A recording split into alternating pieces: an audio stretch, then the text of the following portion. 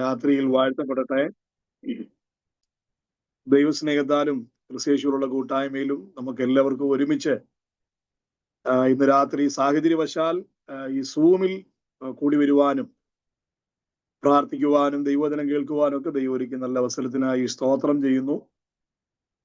പെട്ടെന്നുണ്ടായ പ്രതിസന്ധികൾ നിമിത്തം നമുക്കെല്ലാവർക്കും ഇപ്രകാരം കൂടി വരാൻ കഴിഞ്ഞു. എങ്കിലും പ്രാർത്ഥനയിൽ മുടക്കം വരാതെ ദൈവസന്നിധിയിലേക്ക് അടുത്തു വരുവാൻ ദൈവം ഒരുക്കുന്ന നല്ല അവസരങ്ങൾക്കായി ഞാൻ ദൈവത്തെ സ്തുതിക്കുന്നു, സ്തോത്രം ചെയ്യുന്നു. ഈ മീറ്റിംഗ് ലീഡ് ചെയ്തുകൊണ്ടിരിക്കുന്ന ബഹുമാന്യരായ ദൈവദാസന്മാർ, കർത്താവിന്റെ ദാസൻ സജി പാസ്റ്റർ കുടുംബം, ബഹുമാന്യ ഷിജി പാസ്റ്റർ കുടുംബം, സഭയാം കുടുംബങ്ങളായി ചാരത്തും ദൂരത്തുമുള്ള എല്ലാ ദൈവമക്കൾ, പ്രിയപ്പെട്ടവർ, വിശേഷാൽ എൻ്റെ പ്രിയ സ്നേഹിതൻ കർത്താവിന്റെ ദാസൻ ക്ലീറ്റസ്, മറ്റ് ദൈവമക്കൾ എല്ലാവർക്കും കർത്താവായ യേശു ക്രിസ്തുവിന്റെ നിസ്തുലമായ നാമത്തിൽ എൻ്റെ സ്നേഹവും വന്ദനവും അറിയിക്കുന്നു. നമ്മളെല്ലാവരും സന്ധ്യയിൽ ഒരുമിച്ച് കണ്ടതും സന്തോഷിച്ചതൊക്കെ ഇന്ന് ഈ നിമിഷം അതൊരു വലിയൊരു നഷ്ടം. നമ്മുടെ ശാരീരികമായ കൂടിവരവിൽ, മാനസികമായ കൂടിവരവിൽ അത് നഷ്ടമാണെങ്കിലും പ്രാർത്ഥനയിൽ മുടക്കം വരാതെ നമുക്കെല്ലാവർക്കും ഇപ്രകാരം കൂടി വരാൻ ദൈവം ഒരു അവസരം ഉണ്ടാക്കിയല്ലോ. അത് എനിക്ക് ഇന്ന് കുടുംബമായി ഒഡീഷയിൽ നിന്ന് എൻ്റെ പ്രിയപ്പെട്ടവളും കുഞ്ഞുങ്ങളും ഈ മീറ്റിങ്ങിലുണ്ട്. അങ്ങനെ ഒരു സന്തോഷവും ഇന്ന് രാത്രിയുണ്ട്. സ്തോത്രം. പെട്ടെന്ന് ദൂരെ ഇരുന്ന വാർത്തയിൽ കണ്ട കാര്യങ്ങളൊക്കെ അടുത്ത് സ്വന്തം കണ്ണാൽ കാണേണ്ടി വരുമ്പോൾ കഴിഞ്ഞ ദിവസങ്ങളിലൊക്കെ നമ്മൾ പ്രസംഗിച്ചതും പഠിച്ചതും പറഞ്ഞതുമൊക്കെയായ കാര്യങ്ങൾ പുറമേയുള്ള മനുഷ്യനെ പ്രതി ഭയപ്പെടാതെ സ്തോത്രം ഒരു നിമിഷം കൂടെ കർത്താവിന്റെ വരവിനോട് അടുത്തുകൊണ്ടിരിക്കുവാൻ ദൈവം നമ്മളെ ഒരുക്കുന്നു. ദൈവം എല്ലാവരെയും അവിടെ ഇവിടങ്ങളായി സൂക്ഷിക്കട്ടെ. സന്തോഷമുള്ള ദൈവമക്കൾ എല്ലാവരും കരങ്ങൾ ഉയർത്തി കർത്താവിന് മഹത്വം കൊടുത്താട്ടെ. ഹല്ലേലൂയ. നമ്മളെല്ലാവരും വീടുകളിലാണ് എങ്കിലും ആമേൻ നിരന്തരമായി നാം അനുഭവിച്ചു കൊണ്ടിരിക്കുന്ന ദൈവ സാന്നിധ്യത്തിൽ തന്നെയാണ്. അതിനല്പം പോലും ആമേൻ കുറവ് വരാതെ ഇന്ന് രാത്രിയിലും ഏകാഗ്ര ഹൃദയത്തോടെ നമുക്ക് ഒരുമിച്ച് ദൈവസന്നിധിയിലായിരിക്കാം. സമയം ഒട്ടും അപഹരിക്കാതെ ദൈവവചന ധ്യാനത്തിലേക്ക് കടന്നു വരുവാൻ കർത്താവിൽ ശരണപ്പെടുന്നു. കഴിഞ്ഞ ചില ദിവസങ്ങളായി നമ്മൾ അകത്തെ മനുഷ്യനെ സംബന്ധിച്ച് ദൈവവചന പഠനം ആരംഭിക്കുകയും തുടരുകയും ചെയ്തുകൊണ്ടിരുന്നു. അതിന്റെ ആദ്യ ഭാഗം എന്ന നിലയിൽ 2 രാത്രികളായി നമ്മുടെ ശരീരം എന്താണ്, പുറമേയുള്ള മനുഷ്യൻ എന്താണ്, അതിന്റെ അവസ്ഥ എന്താണെന്ന് നമ്മൾ പറഞ്ഞു. കഴിഞ്ഞ രാത്രിയിൽ ആ ശരീരത്തിന്റെ പ്രത്യാശ എന്താണ് എന്നും നമ്മൾ പറഞ്ഞു. ശരീരത്തിന്റെ അവസ്ഥ ദ്രവത്വമുള്ളതാണ് എന്നും ശരീരത്തിന്റെ പ്രത്യാശ രൂപാന്തരം എന്നതും ഉയർപ്പെന്നതുമായ ആ മഹത്തായ പദവിയാണ്. സ്തോത്രം.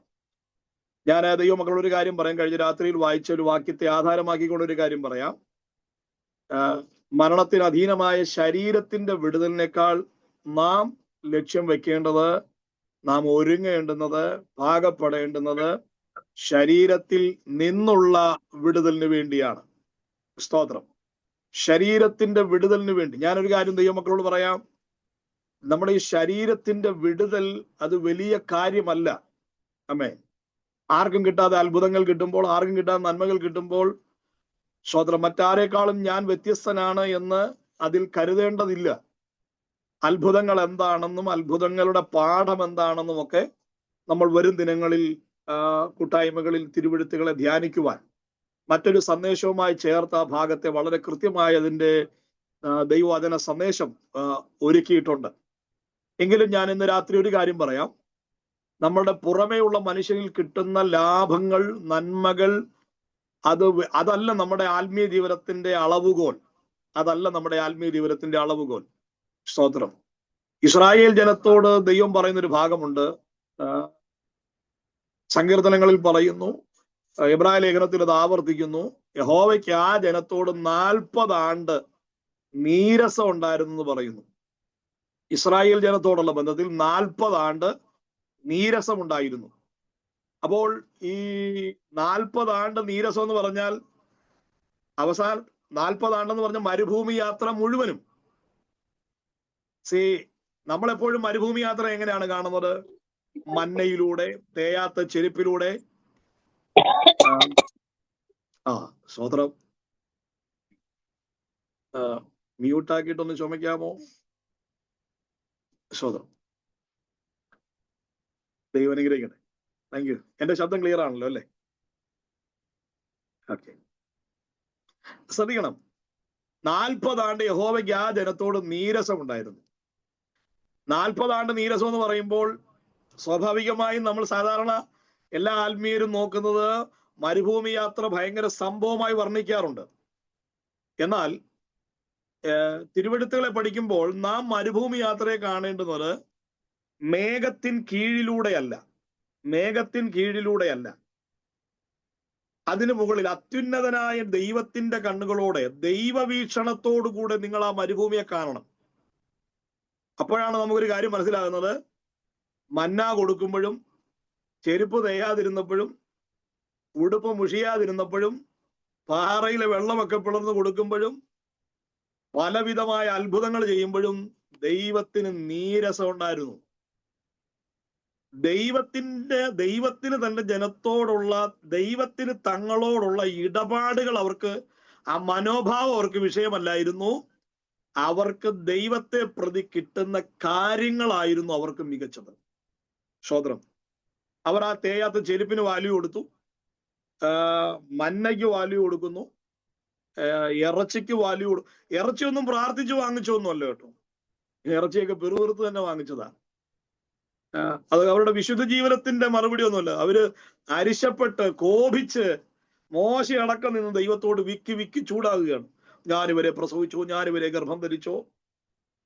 അപ്പോൾ അത്ഭുതങ്ങളുടെ ആധാരം വിശുദ്ധമല്ല, വിശുദ്ധ ജീവിതമല്ല, അത് മനസ്സലിവ് മാത്രമാണ്, മനസ്സലിവ് മാത്രമാണ്. ആമേൻ. അത്ഭുതത്തിന്റെ ശരിയായ ദൈവവചന വീക്ഷണം നമ്മൾ വരും ദിവസങ്ങളിൽ മറ്റൊരു അധ്യായത്തിൽ മറ്റൊരു ഭാഗത്ത് നിന്ന് ചിന്തിക്കുകയും ധ്യാനിക്കുകയും ചെയ്യാം. എന്നാൽ ഇന്ന് രാത്രി ഞാൻ ആ ഒരൊറ്റ ഭാഗം പറഞ്ഞാൽ ഭാഗം വിടുകയാണ്. നമ്മുടെ ശരീരത്തിന്റെ അവസ്ഥ, നമ്മൾ എന്തെല്ലാം നേടിയാലും നഷ്ടമാക്കിയാലും ഇതിന്റെ മീതെ വച്ചിരിക്കുന്ന പ്രധാനപ്പെട്ട നിയമം, ഇത് ദ്രവത്വമുള്ളതാണ്, ഇത് മരണത്തിന് അധീനമാണ്. എന്നാൽ ഇതിന്റെ വിടുതലിനേക്കാൾ ഇതിൽ നിന്നുള്ള വിടുതലിന് നാം ഏറെ പ്രാധാന്യം കൊടുക്കേണ്ടുന്നത് അത്യന്താപേക്ഷിതമാണ്. ഒരാത്മീയനെ സംബന്ധിച്ചിടത്തോളം, ഞാൻ പ്രത്യാശാ നിർഭരമായ നമ്മുടെ മരണ വീടുകളിലൊക്കെ ആവർത്തിച്ച് ഘോരം പ്രസംഗിക്കാറുണ്ട്. ഒരാത്മീയന് കിട്ടുന്ന ആത്യന്തികമായ വിടുതൽ ശരീരത്തിൽ നിന്നുള്ള വിടുതലാണ്. ഹല്ലേലൂയ. അതിന് ഒരുക്കം അനിവാര്യമാണ്. അത് അനുകമ്പയോടുകൂടെ ആ വിടുതൽ ലഭ്യമാകില്ല. വിശുദ്ധിയും വേർപാടും കൃത്യതയോടെ വചനാധിഷ്ഠിതമായ ആത്മീയ ജീവനം നയിക്കുമ്പോൾ ആ വിടുതലുകളെ നമുക്ക് ആസ്വദിക്കാൻ കഴിയും. ആ വിടുതൽ പ്രത്യാശിക്കുന്നവർക്കായി സ്തോത്രം ചെയ്യുന്നു. പിന്നൊരു കാര്യം, അത് വലിയ വിടുതലാണെന്ന് ഓർത്തുകൊണ്ട് നമ്മുടെ ഉപവാസ പ്രാർത്ഥനയിലൊക്കെ തലയിൽ കൈവച്ച്, സഹോദര 3-ാം തീയതിക്കുള്ളിൽ നിനക്ക് ശരീരത്തിൽ നിന്നുള്ള ഒരു വിടുതൽ ഞാൻ കാണുന്നു എന്ന് പറഞ്ഞാൽ അന്ന് ലാസ്റ്റ് യോഗമായിരിക്കും. സ്തോത്രം. പെട്ടെന്ന് ശരീരത്തിൽ നിന്ന് ബ്രദറിന് ഒരു വിടുതൽ കാണുന്നു. ശരീരത്തിന്റെ വിടുതലിന് വേണ്ടി എല്ലാവരും ഫോക്കസ് ചെയ്യുമ്പോൾ നമ്മൾ ശരീരത്തിൽ നിന്നുള്ള വിടുതൽ കാണുന്നു എന്ന് പറയുമ്പോൾ അത് പെട്ടെന്ന് ആരും ഉൾക്കൊള്ളുകയില്ല. സ്തോത്രം. അതൊരു പ്രസംഗ വിഷയത്തിന് മീതെയാണ്, നമ്മുടെ ജീവിതത്തിൽ പ്രാവർത്തികമാക്കേണ്ടതാണ്. നമ്മുടെ കർത്താവിന്റെ വരവ് ഏറ്റവും ആസന്നമായിരിക്കുന്നു. ഇന്ന് രാത്രി നമ്മൾ ആത്മമനുഷ്യൻ എന്ന ആ പ്രധാന ഭാഗത്തേക്ക് കടന്നു വരാൻ ആഗ്രഹിക്കുന്നു. ആമേൻ. 2 കൊരിന്ത്യർ ലേഖനം 4-ാം അധ്യായം 16-ാമത്തെ വാക്യത്തിൽ ഇങ്ങനെ കാണുന്നു, അതുകൊണ്ട് ഞങ്ങൾ അധൈര്യപ്പെടാതെ, ഞങ്ങളുടെ പുറമേയുള്ള മനുഷ്യൻ ക്ഷയിച്ചു പോകുന്നു എങ്കിലും ഞങ്ങളുടെ അകമേയുള്ളവൻ നാൾക്കുനാൾ പുതുക്കം പ്രാപിക്കുന്നു. നാൾക്കുനാൾ പുതുക്കം പ്രാപിക്കുന്നു. അകമേയുള്ള മനുഷ്യന്റെ ഘടനയെ കുറിച്ചാണ് നമ്മൾ ഇന്ന് രാത്രി തിരുവെഴുത്ത് ധ്യാനിക്കുന്നത്. ഒരു മനുഷ്യനിൽ ഒരുവന്റെ ആത്മമനുഷ്യൻ ഉടലെടുക്കുന്നത് ഒരുവന്റെ വീണ്ടും ജനനത്തിലൂടെയാണ്. വീണ്ടും ജനനത്തിലൂടെയാണ് ആത്മമനുഷ്യൻ ഉടലെടുക്കുന്നത്.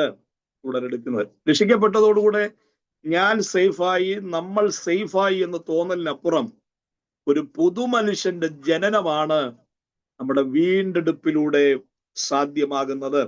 വീണ്ടും ജനനത്തിലൂടെയാണ് ആത്മമനുഷ്യൻ ഉരുവാകുന്നത്. ഞാൻ 1-2 വാക്കുകളെ ദീർഘ വിശദീകരണങ്ങളില്ലാതെ പറഞ്ഞുവിടാം. അകത്തെ മനുഷ്യന്റെ ആളത്വം, നമ്മുടെ ചിന്താവിഷയം അകത്തെ മനുഷ്യനെ സംബന്ധിച്ച് നമ്മൾ ശക്തിയോടെ ബലപ്പെടണം. അതിന്റെ ആവശ്യകതയിലേക്കാണ് വരുന്നത്. എന്താണ് അകത്തെ മനുഷ്യന്റെ ആളത്വം? അകത്തെ മനുഷ്യന്റെ ആളത്വത്തെ കുറിച്ച് 1 കൊരിന്ത്യർ ലേഖനം 16-ാം അധ്യായം 13-ാമത്തെ വാക്യത്തിൽ അകത്തെ മനുഷ്യന്റെ ആളത്വം പറയുന്നുണ്ട്. അത് പുരുഷത്വമാണ്. പുരുഷത്വം. ഉണർന്നിരിപ്പിൻ, വിശ്വാസത്തിൽ നിലനിൽപ്പിൻ, പുരുഷത്വം കാണിപ്പിൻ, ശക്തിപ്പെടുവീൻ എന്ന് പറയുന്നു. അകത്തെ മനുഷ്യന്റെ ആളത്വം എന്താണ്? പുരുഷത്വം. എന്താ പുരുഷത്വം എന്ന പ്രയോഗം നമുക്ക് നൽകുന്ന പാഠം? ആരോഗ്യ ദൃഢഗാത്രമായ ഒരാൾ രൂപമാണ് പുരുഷത്വം എന്ന വാക്കിൽ നിന്ന് മനസ്സിലാകുന്നത്. ന്യൂനതകളില്ലാത്ത, ബലഹീനതകളില്ലാത്ത, ശൈശവം ഉപേക്ഷിച്ച, 13-ാം അധ്യായത്തിൽ പറയുന്നുണ്ട്. അപ്പോസ്തലനായ പൗലോസ് തൊട്ടടുത്ത വാക്യ 13:11 പറയുന്ന ഒരു ഭാഗമുണ്ട്. 11 ഞാൻ ശിശുവായിരുന്നപ്പോൾ ശിശുവിനെ പോലെ സംസാരിച്ചു, ശിശുവിനെ പോലെ ചിന്തിച്ചു, ശിശുവിനെ പോലെ നിരൂപിച്ചു, പുരുഷനായ ശേഷമോ ശിശുവിനുള്ളത് ത്യജിച്ചു കളഞ്ഞു. ഈ പുരുഷത്വം എന്ന പ്രയോഗം നമ്മൾ ഈ വാക്യത്തിലേക്ക് വരുന്നുണ്ട്. മറ്റൊരു തുടർന്നുള്ള വിശദീകരണത്തിൽ നമ്മൾ ഈ ഭാഗത്തേക്ക് വരുന്നുണ്ട്. നിങ്ങൾ നോക്കണം, ഇവിടെ ഈ പുരുഷത്വം എന്ന പദം പൂർണ്ണതയുള്ള ആൾ രൂപത്തെയാണ് പറയുന്നത്. അപ്പോൾ ഉണർന്നിരിപ്പിൻ, നിങ്ങൾ എന്ത് ചെയ്യണം? വിശ്വാസത്തിൽ നിലനിൽക്കണം, പുരുഷത്വം കാണിക്കണം എന്ന് പറയുമ്പോൾ ആണത്തം, ഞാനും അടിക്കാം നീ അടിക്കാം, ആണത്തം തെളിയിക്കുകയല്ല, ജഡപ്രകാരമുള്ള ആളുകളിക്കലിനല്ല, ജഡപ്രകാരമുള്ള ആളത്വം തെളിയിക്കലല്ല. ഇത് അകത്തെ മനുഷ്യന്റെ ഒരു കൃത്യമായ പൂർണ്ണതയുള്ള രൂപമാണ് നമുക്കവിടെ മനസ്സിലാകുന്നത്. അപ്പോൾ അകത്തെ മനുഷ്യന്റെ ആളത്വം പുരുഷത്വമാണ്. ഇനി അകത്തെ മനുഷ്യന്റെ രൂപം എന്താണ്? അകത്തെ മനുഷ്യന്റെ രൂപം കൊലോസ്യ ലേഖനം 3-ാം അധ്യായം 10-ാമത്തെ വാക്യത്തിൽ അകത്തെ മനുഷ്യന്റെ രൂപം പറയുന്നുണ്ട്. തന്നെ സൃഷ്ടിച്ചവന്റെ പ്രതിമ പ്രകാരം പരിജ്ഞാനത്തിനായി പുതുക്കം പ്രാപിക്കുന്ന പുതിയ മനുഷ്യനെ ധരിച്ചിരിക്കുന്നുവല്ലോ.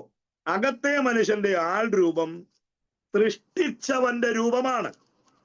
എഫെസ്യ ലേഖനം 4-ാം അധ്യായം 24-ാമത്തെ വാക്യവും കൂടെ അതിനോട് ചേർന്ന് ഞാൻ വായിക്കുന്നു. 4-ാം അധ്യായം 24-ാമത്തെ വാക്യം. പുതുക്കം പ്രാപിച്ചു സത്യത്തിന്റെ ഫലമായി നീതിയിലും വിശുദ്ധിയിലും ദൈവാനുരൂപമായി സൃഷ്ടിക്കപ്പെട്ട പുതു മനുഷ്യനെ എന്ത് ചെയ്യണം? ഇവിടെ ഈ പുതുമനുഷ്യന്റെ പ്രയോഗം, പുതുമനുഷ്യന്റെ ഘടന, അകത്തെ മനുഷ്യന്റെ ഘടന പുരുഷത്വമാണ്. അകത്തെ മനുഷ്യന്റെ രൂപം ദൈവാനുരൂപമാണ്, സൃഷ്ടിച്ചവന്റെ രൂപമാണ്. ഹല്ലേലൂയ. നമ്മൾ വാസ്തവത്തിൽ അങ്ങനൊരു അകത്തെ മനുഷ്യന്റെ രൂപം, അകത്തെ മനുഷ്യന്റെ വൈകാരികതകൾ, അകത്തെ മനുഷ്യന്റെ അവസ്ഥ, ഇതൊന്നും ഒരു സാധാരണ വിശ്വാസിയെ അലട്ടാറില്ല. സ്വതന്ത്രം നമ്മളെ ആകെ കൂടി അലട്ടുന്നത് ഈ പുറമേ ഉള്ള മനുഷ്യനെ പ്രതിയാണ്. അതിന്റെ അതിപ്രധാനമായ കാരണം ഞാൻ എന്ന വ്യക്തി നയിക്കുന്ന എന്തോ വലിയൊരു സംഭവമായിട്ടാണ് വിശുദ്ധ ജീവിതത്തിൽ നമ്മൾ കാണുന്നത്. എന്നാൽ ഞാൻ എന്ന വ്യക്തി ത്യാഗം ചെയ്ത് നയിക്കുന്നതല്ല, അകത്ത് രൂപാന്തരം പ്രാപിച്ച പുതുമനുഷ്യൻ, അത് ആത്മാവിൽ ജീവിക്കുന്ന സാധാരണ അനുഭവമാണ് ആത്മമനുഷ്യന്റെ ജീവിതം. അമേൻ, ഹല്ലേലൂയ. നമ്മൾ എന്തോ വലിയ തീരുമാനമെടുത്തു, സിഗരറ്റ് ഉപേക്ഷിച്ചു, അല്ലെങ്കിൽ അത് ഉപേക്ഷിച്ചു, ഇത് ഉപേക്ഷിച്ചു എന്ന് പറഞ്ഞ് നമ്മൾ വലിയ ചിലർ ത്യജിച്ചതിനെ നമ്മൾ വലിയ ഭയങ്കരമായി വർണ്ണിക്കാറുണ്ട്.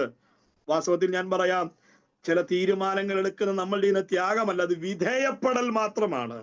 നമ്മൾ കീഴ്പ്പെട്ട് അവൻ ആഗ്രഹിക്കുന്ന വളർച്ചയിലേക്ക് എത്തപ്പെടുവാൻ നമ്മൾ അർപ്പിക്കപ്പെടുകയാണ്. സ്തോത്രം, ഹല്ലേലൂയ.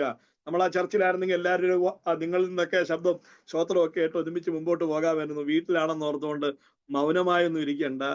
അമേൻ. കരം ഉയർത്തു, സ്തോത്രം പറയൂ, ദൈവവചനത്തോട് പ്രതികരിക്കുകയൊക്കെ ചെയ്യാം. അമേൻ. മ്യൂട്ടാക്കി വെച്ചോണ്ട് സ്തോത്രം, നമ്മുടെ കർത്താവ് നമ്മളോട് സംസാരിക്കും. ഞാൻ 2 കാര്യം പറഞ്ഞു. ഒന്ന്, അകത്തെ മനുഷ്യന്റെ ഘടന, ആളത്വം പറഞ്ഞു, പുരുഷത്വമാണ്. അകത്തെ മനുഷ്യന്റെ രൂപം സൃഷ്ടിച്ചവന്റെ രൂപമാണ്, ദൈവാനുരൂപമാണ്. ഇനി നമ്മൾ അതിപ്രധാനമായ ഭാഗത്തേക്ക് വരികയാണ്. എന്താണ് ഇപ്പോൾ നമ്മുടെ അകത്തെ മനുഷ്യന്റെ അവസ്ഥ? എല്ലാവരും കണ്ണു തുറന്ന് തന്നെ ശ്രദ്ധിക്കണം. സൂമിലാണെങ്കിലും കണ്ണടയുന്നും തുറയുന്നതൊക്കെ കാണാൻ പറ്റും. അകത്തെ മനുഷ്യന്റെ അവസ്ഥ എന്താണ് ഇപ്പോഴത്തെ അവസ്ഥ? വാസ്തവത്തിൽ എന്താണ്? പുരുഷത്വത്തോടു കൂടെ നിൽക്കണം. നമ്മുടെ അകത്തെ മനുഷ്യൻ ദൈവാനുരൂപമായി സൃഷ്ടിച്ചവന്റെ പ്രഭ വെളിപ്പെടുത്തണം. ഹല്ലേലൂയ. പക്ഷെ ഇപ്പോഴത്തെ അവസ്ഥ എന്താണ്? നമുക്ക് അവസ്ഥയിലേക്ക് വരാം. എബ്രായ ലേഖനം 12-ാം അധ്യായം. എബ്രായ ലേഖനം 12-ാം അധ്യായം അതിന്റെ 12-13 വാക്യങ്ങൾ ഇങ്ങനെ കാണുന്നു. ആകയാൽ തളർന്ന കൈയും കുഴഞ്ഞ മുഴങ്കാലും നിവർത്തുവീൻ, മുടന്തുള്ളത് ഉളുക്കിപ്പോകാതെ ഭേദമാകേണ്ടതിന് നിങ്ങളുടെ കാലിന് പാദം നിരത്തുവിൻ. സഹോദരങ്ങളെ, മാതാപിതാക്കളെ, അകത്തെ മനുഷ്യന്റെ ആൾരൂപം പുരുഷത്വമുള്ള, ന്യൂനതകളില്ലാത്ത, പരാജയങ്ങളോ പരാധീനതകളോ ഇല്ലാത്ത ഒരു തികവുള്ള ആൾരൂപമായിരിക്കണം ഒരു വിശുദ്ധനെ സംബന്ധിച്ചിടത്തോളം. പക്ഷെ ഇപ്പോഴത്തെ അവസ്ഥ എന്താണ്? ഈ വചനമാകുന്ന കണ്ണാടിയിൽ നമ്മുടെ അകത്തെ മനുഷ്യന്റെ അവസ്ഥയെ ഒന്ന് നോക്കണം. ഞാനിവിടെ ഈ 2 വാക്യത്തിൽ മനസ്സിലാകുന്നത്, ഇത് അകത്തെ മനുഷ്യന്റെ, നമ്മുടെ ആത്മ മനുഷ്യന്റെ ഒരു ഫുൾ ബോഡി ചെക്കപ്പിന്റെ റിപ്പോർട്ടാണ്, ഒരു മെഡിക്കൽ റിസൾട്ടാണ് ഇവിടെ കാണുന്നത്. മുഴു പരിശോധന നടത്തുമ്പോൾ കിട്ടുന്ന ഒരു മെഡിക്കൽ റിപ്പോർട്ട് എന്താണ്? തളർന്ന കൈ. ഇത് നമ്മുടെ ഈ ശരീരത്തെ കുറിച്ചല്ല പറയുന്നത്. നമ്മുടെ ഈ ശരീരത്തിന്റെ, ഈ ബോഡിയുടെ, ദ്രവത്വമുള്ള ഈ ശരീരത്തിന്റെ രോഗക്ഷീണങ്ങളെ അല്ല ഇവിടെ പറയുന്നത്. ഇവിടെ പറയുന്നത് അകത്തെ മനുഷ്യന്റെ അവസ്ഥയാണ്. അകത്തെ മനുഷ്യന്റെ അവസ്ഥ, ആത്മ മനുഷ്യന്റെ ശോഷണമാണ് ഇവിടെ പറയുന്നത്. എന്താണ് ഇവിടെ പറഞ്ഞത്? തളർന്ന കൈ തളർന്നിരിക്കുന്നു, മുഴങ്കാല് കുഴഞ്ഞിരിക്കുന്നു, നിലവിൽ മുടന്തുണ്ട്. ഇതിങ്ങനെ വെച്ചുകൊണ്ട് മുമ്പോട്ട് പോയാൽ ഉളുക്കിപ്പോകാനും സാധ്യതയുണ്ട് എന്ന് പറയുന്നു. ആമേൻ. ഒറ്റ വാക്ക് പറഞ്ഞാൽ അകത്തെ മനുഷ്യൻ അപകടാവസ്ഥയിലാണ്.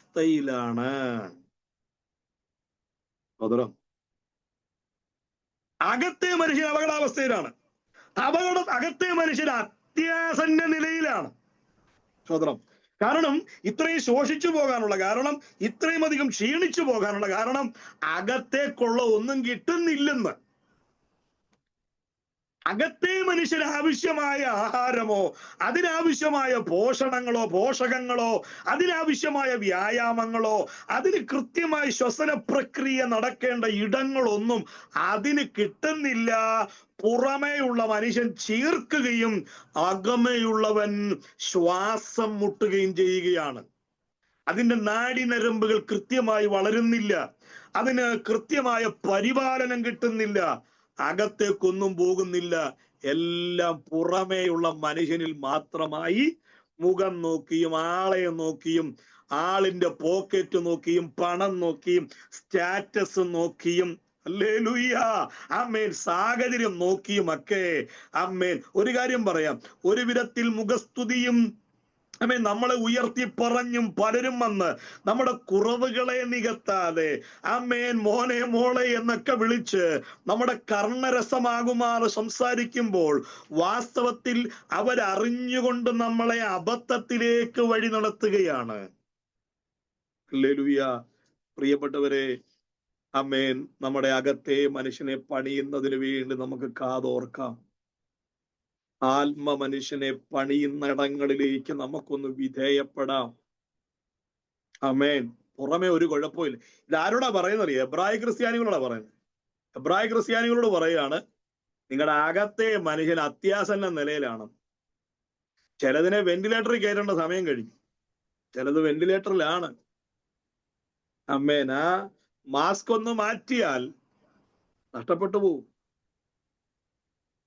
ചിലത് പല സ്ഥലങ്ങളിലും പല ഇടങ്ങളിലും പലതിനും ഓവർ കെയറിങ് കൊടുത്ത് ഇങ്ങനെ അഡ്ജസ്റ്റ് ചെയ്തുകൊണ്ടിരിക്കുക. കാരണം ചിലത് മാറ്റിയാൽ അകത്തെ മനുഷ്യൻ മരവിച്ച് ഹൃദയം കല്ലായി, അകത്തെ ആ ചലനങ്ങൾ നഷ്ടമായി, ആത്മതപനമില്ലാതെ മാനസാന്തരം നഷ്ടപ്പെട്ടവരായി, വിശുദ്ധി അന്യപ്പെട്ടവരായി, വെറും ജഡീകന്മാരായി തുടരുന്നവരെ നമുക്ക് കാണാൻ സാധിക്കുന്നുണ്ട്.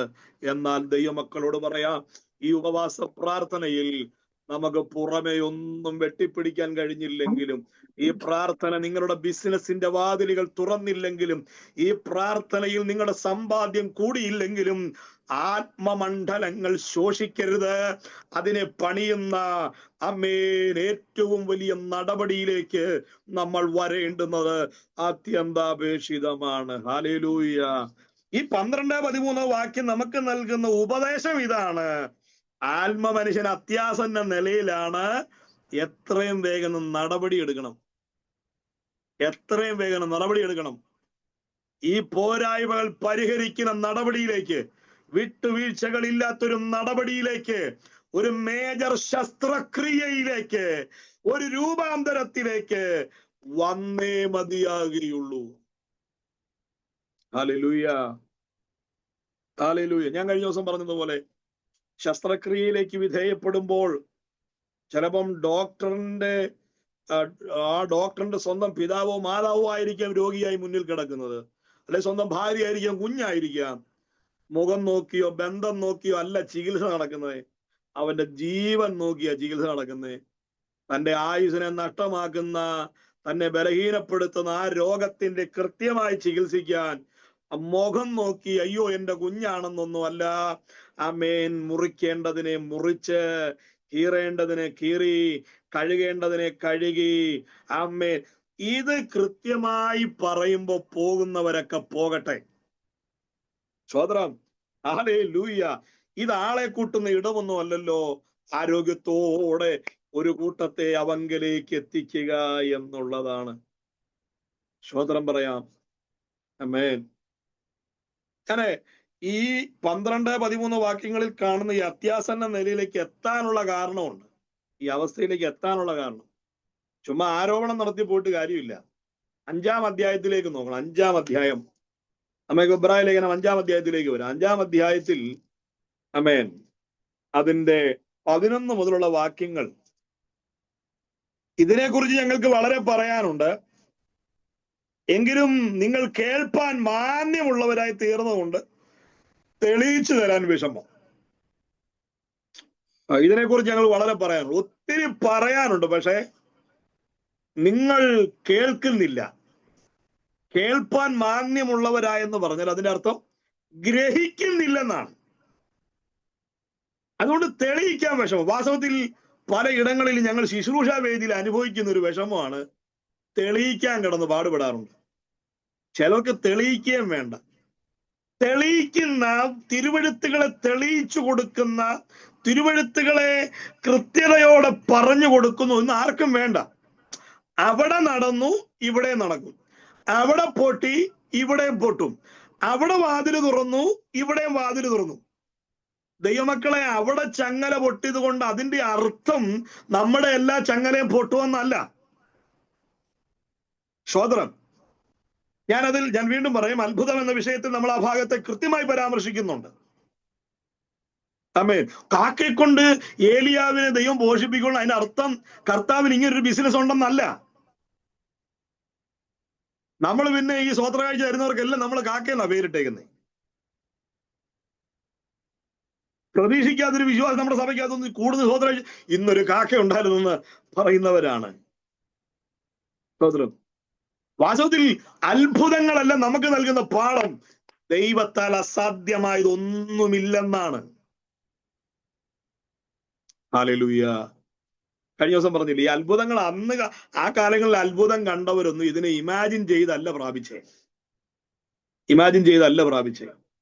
പൗലോസിനും ശീലാസിനും അറിയില്ല ഇനിയിപ്പോ പൊട്ടാൻ പോവാണെന്ന് അവർക്കറിയില്ല. അവർ ഈ സമയം വെളിയിൽ എന്ത് ചെയ്തു അത് തന്നെ അകത്ത് ചെയ്തു. അവര് പാടി സ്തുതിച്ചു. അല്ലാതെ ചങ്ങല പൊട്ടാൻ വേണ്ടിയല്ല ആരാധന. ആമേൻ. അതെല്ലാം ഇതിനകത്ത് സംഭവിക്കണം. എന്തുകൊണ്ട് അത്ഭുതങ്ങൾ സംഭവിക്കുന്നു, എന്തുകൊണ്ട് അത്ഭുതങ്ങൾ സംഭവിക്കുന്നില്ല, നമ്മൾ വരും ദിവസങ്ങളിൽ അത് പഠിക്കുക തന്നെ ചെയ്യും. ഇതൊരു വലിയ ശസ്ത്രക്രിയ പോലെ തന്നെയാണ് ഈ ശുശ്രൂഷകൾ നടന്നുകൊണ്ടിരിക്കുന്നത്. പാതി വഴിയിൽ ആരും ഇട്ടിട്ട് പോകരുത്. പകുതി മുറിഞ്ഞ് അയ്യോ ഇത് ഞങ്ങൾ ഉദ്ദേശിച്ച പരുവല്ലെന്ന് പറഞ്ഞ് ഇട്ടിട്ട് പോകരുത്. ആദിയോടന്തം അടുത്തിരുന്നാൽ ദൈവവചനം നൽകുന്ന അനുഗ്രഹങ്ങളും ദൈവം ആഗ്രഹിക്കുന്ന അളവിലൊരു വളർച്ചയും നമുക്ക് പ്രാപിക്കാൻ കഴിയും. തിരുവെഴുത്തുകളെ തെളിയിക്കാൻ വിഷമമാണെന്ന് പറയാൻ കാരണം അതവർക്ക് കേൾക്കാനും അവർക്കത് കേൾക്കാനും താല്പര്യമില്ല. സ്വതന്ത്രം. എന്നാൽ തൊട്ടടുത്ത വാക്യത്തിലേക്ക് വരുമ്പോ പറയുന്നുണ്ട്, തെളിയിച്ചാൽ ഞങ്ങൾക്ക് വിഷമമാണ്. അതെല്ലാ കാലത്തും അഭിഷിക്തന്മാർ അനുഭവിക്കുന്ന ഒരു വേദനയാണ്. തൊട്ടടുത്ത വാക്യത്തിലേക്ക് നോക്കുമ്പോൾ അടുത്ത പറയും, കാലം നോക്കിയാൽ നിങ്ങൾ ഉപദേഷ്ടാക്കന്മാരായിരിക്കേണ്ട നിങ്ങൾക്ക് ദൈവത്തിന്റെ അരുളപ്പാടുകളുടെ ആദ്യ പാഠങ്ങളെ തന്നെ വീണ്ടും ഉപദേശിരുവാൻ ആവശ്യമായിരിക്കുന്നു. കട്ടിയുള്ള ആഹാരമല്ല, പാലത്രേ ആവശ്യമെന്ന് വന്നിരിക്കുന്നു. സോദരം, ഞാൻ ആദ്യം പറഞ്ഞല്ലോ ഈ തെളിയിച്ചു തരാൻ വിഷമോന്ന്. ഒരു സ്ഥലത്ത് ചെന്ന് ചങ്ക് പറഞ്ഞ് 4 മണിക്കൂർ 3.5 മണിക്കൂർ നിന്ന് തലനാലിട കീറി ദൈവോധനം പഠിപ്പിച്ച് ജനമെല്ലാം വാവിട്ട് കരഞ്ഞ് ആ വചനം ശുശ്രൂഷിച്ച് യോഗം കഴിഞ്ഞപ്പോ പാസ് എന്നോട് പറഞ്ഞു, പാസ് അവസാനത്തെ 15 മിനിറ്റാണ് ദൂതിലോട്ട് വന്നത്. അപ്പൊ എനിക്ക് മനസ്സിലായി, ഞാൻ ഇത്രയും ഈ 3-3.5 മണിക്കൂർ തെളിയിച്ച സന്ദേശത്തിന്റെ ഏറ്റവും ചെറിയ ഉദാഹരണം പറഞ്ഞത് അവസാനത്തെ 15 മിനിറ്റാണ്. അതേ എന്നോട് പറഞ്ഞു, ഞങ്ങൾ ഇത് കേൾക്കാനല്ല പക്ഷെ വൈകിട്ട് ഒന്നുകൂടെ ഒന്ന് ഇളക്കണമെന്ന് പറഞ്ഞു.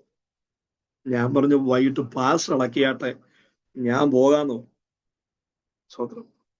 അപ്പൊ ഇറങ്ങാന്നൊരു ഇത്രയും നമ്മൾ ചിലയിടങ്ങളിൽ നമുക്ക് കാണാറുള്ളൂ, ദൈവോധനം അതിന്റെ ആഴങ്ങളിൽ പറഞ്ഞിട്ട് ഇറങ്ങാന്നൊരു ആന്റി ചോദിക്കും, അല്ലെ ആരെങ്കിലും ചോദിക്കും, ഇന്ന് ഞങ്ങളോടൊന്നും ഇല്ലായിരുന്നോന്ന്.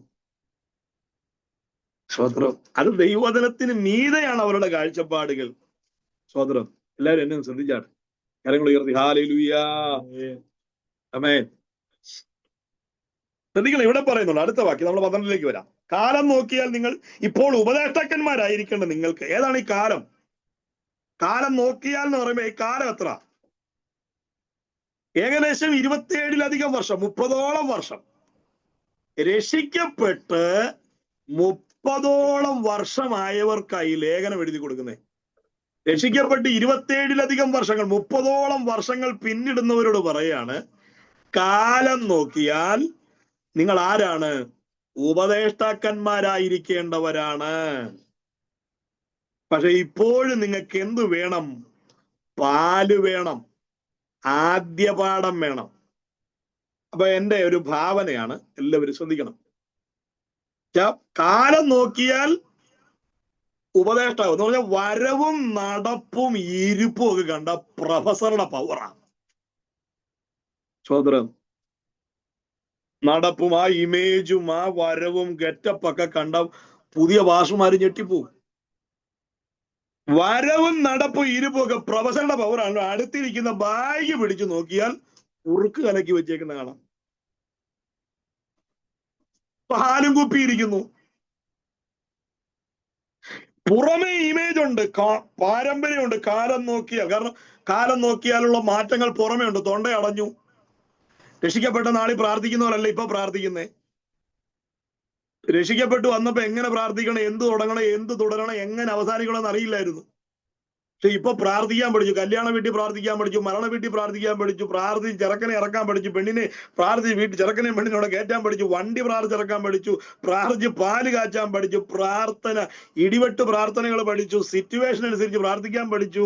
ആമേ, നമുക്ക് കരച്ചിൽ വന്നില്ലേലും അടുത്തിരിക്കുന്നവനെ കരയിപ്പിച്ച് പ്രാർത്ഥിക്കാൻ പഠിച്ചു.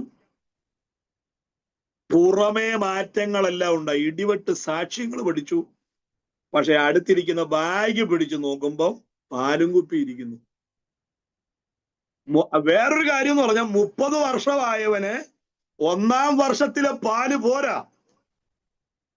30 വർഷമായിട്ടും ഐറ്റത്തിന് മാറ്റമില്ലെന്നാ പൗലോസ് പറയുന്നേ. സ്വോത്രം. 30 വർഷമായിട്ട് ഒറ്റ ഐറ്റം കുടിച്ചോണ്ടിരിക്കുന്നത്. 30 വർഷമായിട്ട് എന്തുണ്ടായി മാറ്റം? 30 വർഷത്തിനകത്ത് എന്തുണ്ടായി മാറ്റം? ആമേൻ. ഈ തിരുവഴുത്തിലൂടെ നമുക്കൊരു കാര്യം മനസ്സിലാകുന്നു.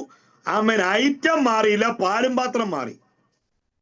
കാരണം രക്ഷിക്കപ്പെട്ട നാളിൽ ചെറിയൊരു ഫീഡിംഗ് ബോട്ടിൽ കൊടുത്താൽ മതിയായിരുന്നു. നമ്മുടെ സഭയിൽ വരുന്ന ഒത്തിരി കൊച്ചു കുഞ്ഞുങ്ങളുമായിട്ട് വരുന്നവരൊക്കെ ഉണ്ടല്ലോ, അനീഷ് ബ്രദറെ, മറ്റു പ്രിയപ്പെട്ടവരെ, ക്ലമന്റെ കുഞ്ഞുങ്ങളൊക്കെ ആയിട്ട് വരുമ്പോ അവരുടെ കുഞ്ഞുങ്ങൾക്കുള്ള ചെറിയ സാധനം അല്ലെ, ചെറിയൊരു ഫീഡിംഗ് ബോട്ടിൽ അല്ലെങ്കിൽ ചെറിയ അവർക്ക് കൊടുക്കാനുള്ള എന്തെങ്കിലുമൊക്കെ കാണും.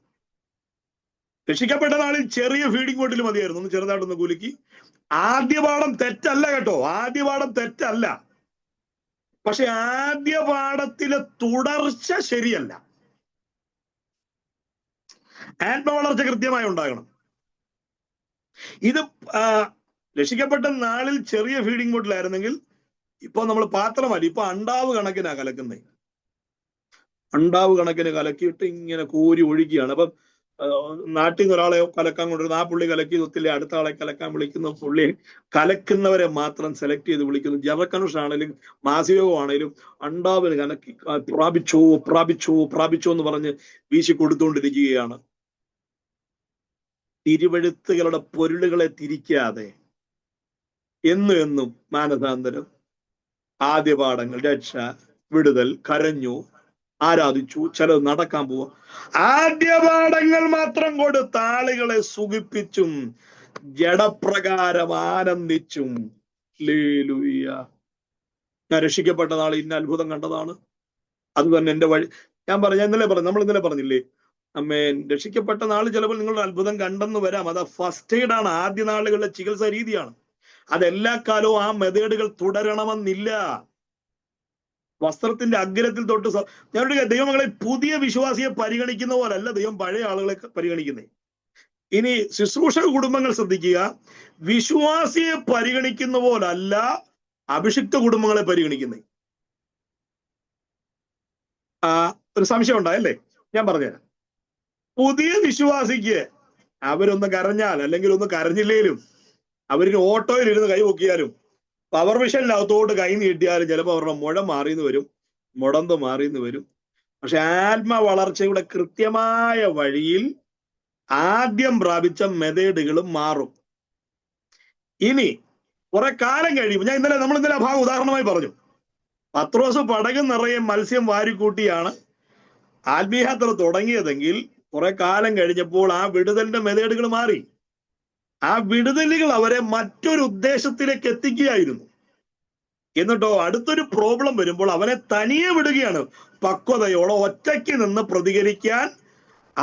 പത്രോസിനെ ഒറ്റയ്ക്ക് വിടുകയാണ്. നീ പോകുക, ചൂണ്ടയിടുക, ആമേൻ, മത്സ്യത്തിന്റെ വായിൽ ചതുർദ്രഹ്മ പണം വെച്ചിട്ടുണ്ട്, അതെടുത്ത് നീ കൊടുക്ക്.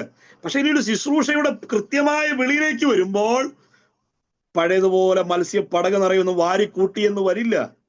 ചിലപ്പോൾ അവിടെ ജീവൻ കൊടുക്കേണ്ടി വരും. അത്ഭുതങ്ങൾ ആമേൻ ആദ്യത്തെ പോലെ ഇപ്പൊ കൂടില്ലെന്ന് ഓർത്ത് വിഷമിക്കേണ്ട.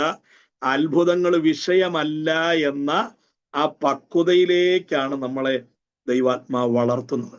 ചിലപ്പോൾ നമ്മൾ കൈവച്ച് പ്രാർത്ഥിക്കുമ്പോൾ നമ്മുടെ വിശ്വാസിക്ക് സൗഖ്യം കിട്ടിയെന്ന് വരാം. അതേ പ്രശ്നത്തിലൂടെ നമ്മൾ കടന്നു പോകുമ്പോൾ അവർക്ക് കിട്ടിയ വിടുതലിന്റെ, അതാണ് പ്രവാചക ശിഷ്യന്റെ ഭാര്യ ഓടി വന്ന് പ്രവാചകന്റെ അടുക്കിലേക്ക് വരുമ്പോൾ പ്രവാചകൻ എങ്ങനെ അതിനെ ട്രീറ്റ് ചെയ്തേ? ഒരു സാധാരണ വിശ്വാസിയെ ട്രീറ്റ് ചെയ്യുന്ന പോലാണോ? അല്ലല്ല. സിസ്റ്ററെ കരമുയർത്തിയാട്ടെ, കണ്ണടച്ചാട്ടെ. വിശ്വാസിയെ കൈകാര്യം ചെയ്യുന്ന മെത്തേഡാണെ പറഞ്ഞേനെ, നിന്റെ വീടിനകത്ത് ഒരു ഭരണി എണ്ണ ഞാൻ കാണുന്നല്ലോ. അപ്പൊ ഉടനെ ഓ കർത്താവേ ശരിയാണെന്ന് പറഞ്ഞ് അവിടെ ഫ്ലാറ്റ് ആകുകയല്ല ചെയ്തേ, അവളോട് സംസാരിക്കുകയാണ്. അവളോടുള്ള സംഭാഷണത്തിന്റെ മാറ്റം നിങ്ങൾ കണ്ടോണം. അവളോട് ചോദിക്കുന്നു, നിന്റെ വീട്ടിൽ എന്തുണ്ട്? അപ്പം ആദ്യം കൈകാര്യം ചെയ്തൊരു മേഖല നിങ്ങൾ എല്ലാവരും ശ്രദ്ധിക്കണം. വീട്ടിലെ പ്രശ്നം കാരണം വീട്ടിൽ നിന്ന് ഓടി പ്രവാചകന്റെ അടുക്കെ വന്നവളോട് പ്രവാചകൻ തിരിച്ച്, എന്നാ ഇവിടെ വിടുതലുണ്ടെന്നല്ല പറഞ്ഞ്, അമ്മേ നീ ശുശ്രൂഷ കുടുംബമാണ്, പ്രവാചകന്മാർക്ക് കൈ കഴുകിയ കുടുംബമാണ്, അമ്മേ അതിനകത്തൊരു നിക്ഷേപമുണ്ട്. അവളെ തിരിച്ച് അവളുടെ വീട്ടിലേക്ക് മടക്കിക്കൊണ്ടു പോവുകയാണ്. സഹോദര, ഇറങ്ങി അതിലെ ഇതിൽ ഓടേണ്ട കാര്യമില്ല. നീ തിരിച്ച് വീട്ടിലോട്ട് തന്നെ പോകണം. വാതിലടയ്ക്കണം. പല അലച്ചിലുകളും പല ഇറങ്ങി ഓട്ടങ്ങളും മറ്റു പലരെ പ്രതീക്ഷിച്ചുകൊണ്ടുള്ള ഓട്ടങ്ങളെല്ലാം മാറ്റിവെച്ച് അകത്തിരിക്കണം. അമ്മേ സ്വന്തമായി നിന്റെ വഴികളിൽ അകത്തുണ്ട്. കാരണം ഒരു നിക്ഷേപമുണ്ട്. ഈ ഒരു കാര്യം ദൈവദാസന്മാരുടെ കുടുംബങ്ങളോട് പറയാം. ഹല്ലേലൂയ. ചിലപ്പോൾ മറ്റുള്ളവരെ പോലെ അസാമാന്യമായ അത്ഭുതങ്ങളൊന്നും നടന്നില്ലെങ്കിലും നിങ്ങളുടെ ശുശ്രൂഷാകാലങ്ങളിൽ നിങ്ങളുടെ പ്രശ്നങ്ങളെ നീക്കുപോക്ക് തരാനുള്ളത് അല്ലെങ്കിൽ അതിനെ ജയിക്കാനുള്ളൊരു നിക്ഷേപം നിങ്ങളിൽ തന്നെയുണ്ട്. എണ്ണയുടെ ദിവ്യത്വം ഒന്നും അല്ല അത്ഭുതം നടന്ന, അവളുടെ രൂപാന്തരമാണ് അത്ഭുതത്തിലേക്ക് എത്തിച്ചത്. അവളെ തിരിച്ചു വിടുകയാണ്. അവളെ വീട്ടിലേക്ക് വിട്ടിട്ട് അവളെ പ്രവർത്തിക്കാൻ, അവളെ സ്വന്തമായി പ്രവർത്തിക്കാൻ ആ തിരിച്ചറിവിലേക്ക് കൊണ്ടുവരിക ചെയ്തു. അല്ലാതെ ഒരു റെഡിമെയ്ഡ് വിടുതലല്ല കൊടുത്തത്. ആമേ, ഇതൊന്നും വിഷയമല്ല എന്നുള്ള ആത്മവളർച്ചയിലേക്കാണ് നമ്മൾ എത്തിപ്പെടേണ്ടുന്നത്. ആമേ, കരങ്ങൾ ഉയർത്തി കർത്താവിന് മഹത്വം കൊടുത്താട്ടെ. സ്തോത്രം. ശ്രദ്ധയോടെ കേൾക്കണം ദൈവമക്കളെ. ആമേൻ. അത്ഭുതങ്ങളെ ഞാൻ വീണ്ടും പറയാം, ഞാൻ അത്ഭുതങ്ങളെ നിസ്സാരവൽക്കരിക്കുകയല്ല. അത്ഭുതങ്ങൾ നമ്മൾ ചെയ്യിക്കേണ്ടുന്നതല്ല, അത് കൃപ തോന്നി തരേണ്ടതാണ്. അതിന്റെ കൃത്യമായ ഉദ്ദേശങ്ങളൊക്കെ ഉണ്ട്. ദൈവമാണ് കൃത്യമായി പൂർത്തീകരിക്കേണ്ടത്. അപ്പോൾ കാലം നോക്കിയാൽ ഉപദേഷ്ടാക്കന്മാരായിരിക്കേണ്ടവരാണ്, അല്ലേ? വളർച്ച പ്രാപിക്കേണ്ടവരാണ്. പക്ഷെ ഇപ്പോഴും പാലത്രേ നിങ്ങൾക്ക് വേണ്ടുന്നത്. അടുത്ത വാക്യത്തിൽ പറയുന്നു, പാൽ കുടിക്കുന്നവരല്ല നീതിയുടെ വചനത്തിൽ പരിചയമില്ലാത്തവർ. 30 വർഷം കഴിഞ്ഞിട്ടും പരിചയം പോരെന്ന. അവൻ ശിശുവല്ലോ, കട്ടിയായുള്ള ആഹാരം നന്മതിന്മകളെ തിരിച്ചറിവാൻ തഴക്കത്താൽ അഭ്യസിച്ച ഇന്ദ്രിയങ്ങളുള്ളവരായി പ്രായം തികഞ്ഞവർക്കേ പറ്റൂ. നമ്മൾ ആത്മനിറവെന്ന വിഷയത്തിൽ പറഞ്ഞൊരു പരാമർശമുണ്ട്. പ്രാപിച്ചതിന്റെ പഴക്കമല്ല പറയേണ്ടത്, ആത്മാവിന്റെ പുതുക്കം പറയണം. ഇവിടെ മറ്റൊരു കാര്യം, മറ്റൊരു സ്റ്റേറ്റ്മെന്റ് വെക്കുകയാണ്. രക്ഷിക്കപ്പെട്ട വർഷക്കണക്കുകൾ പറഞ്ഞ് വലിപ്പം കൂടുകയല്ല വേണ്ടുന്നത്, ആത്മവളർച്ചയുടെ ക്രമം എത്രത്തോളം ഉണ്ട് എന്ന് പറഞ്ഞത്. 30 വർഷം കഴിഞ്ഞിട്ടും ഫീഡിംഗ് ബോട്ടിൽ മാറ്റിയിട്ടില്ല, ഐറ്റം മാറ്റിയിട്ടില്ല. സ്തോത്രം. കോടികൾ മുടക്കി, ലക്ഷങ്ങൾ മുടക്കി, പല വമ്പൻ യോഗങ്ങളും അടിച്ചു കൂട്ടിയിട്ട് ആമേൻ പാല് വിതരണം നടത്തി അന്യപ്പെടുക. ഈ പാല് കുടിച്ച് ഐറ്റം മാറാതെ ഒരേ രീതിയിലുള്ളത് കഴിച്ചും കുടിച്ചും ആമേൻ മോനെ മോളെ കളിപ്പിക്കുന്നതും അവരെ കുഞ്ഞു കളിപ്പിക്കുന്നതും മനസ്സിനെ ഇളക്കുന്നതും താലോലിക്കുന്നതുമായ ആ മെതേഡുകളിൽ തന്നെ തുടർന്നുകൊണ്ടിരിക്കുക. ചുരുക്കി പറഞ്ഞാൽ 12ാമത്തെ വാക്യത്തിൽ ആരോപണം എന്നാന്നറിയാമോ? പുറമേ മാറ്റങ്ങളുണ്ട്, അകമേ മാറ്റങ്ങളില്ല.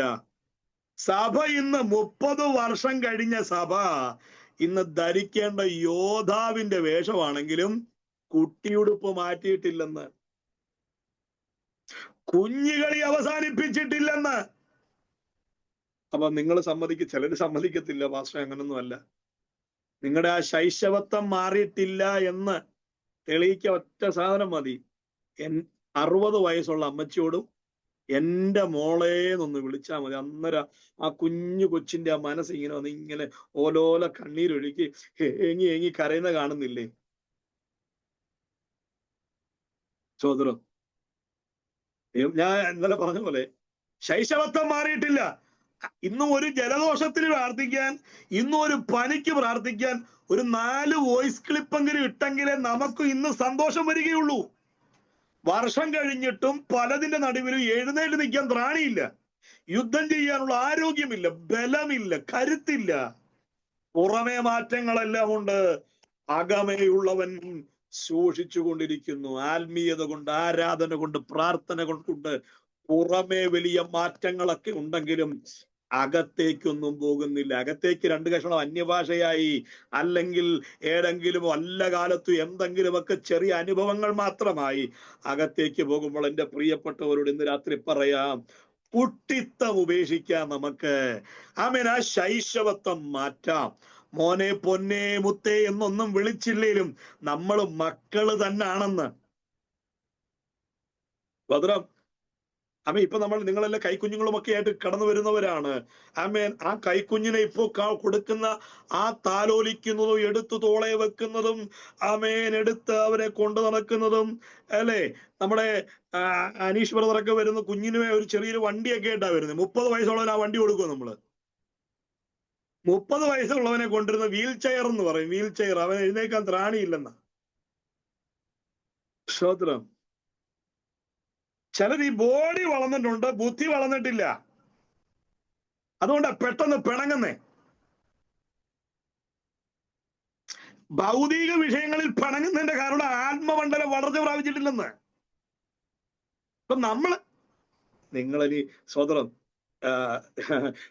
അത് പിണങ്ങുന്നില്ല. എനിക്ക് നിങ്ങളെല്ലാം ഒത്തിരി നന്നായിട്ട് മനസ്സിലായി. എല്ലാവരും എനിക്ക് ഒത്തിരി ഇഷ്ടപ്പെട്ടു. നിങ്ങൾ ആ വചനത്തോടുള്ള നിങ്ങളുടെ പ്രതികരണത്തോടൊക്കെ ഞാൻ ഒത്തിരി സന്തോഷമുള്ളവനാണ്.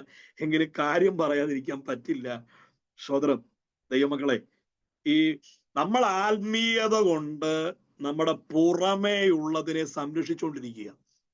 രോഗം വരാതെ, രാവിലെ കാർ എടുക്കുമ്പോഴും ഒറ്റ പ്രാർത്ഥനയല്ലേ, വരാവുന്ന ആപത്തനർത്ഥങ്ങളിൽ നിന്നെല്ലാം എന്നെ എന്ത് ചെയ്യണം, വിടുവിക്കണം. നമ്മള് രോഗമുണ്ടാകാതെ, ക്ലേശമുണ്ടാകാതെ, ക്ഷീണം ഉണ്ടാകാതെ, പനി ഉണ്ടാകാതെ, ബുദ്ധിമുട്ടുകൾ ഉണ്ടാകാതെ, ഇങ്ങനെ ഒരു പ്രശ്നങ്ങളും ഉണ്ടാകാതെ, ഒരു രോഗവും ഇല്ല, ഒരു ആശുപത്രിയും കാണാതെ ഒരാൾ മരിക്കും പറയും പുള്ളിയുടെ മരണം നല്ല മരണമായിരുന്നു, എന്ത് ഉറക്കം പോലാന്നാ പറഞ്ഞത് അല്ലേ.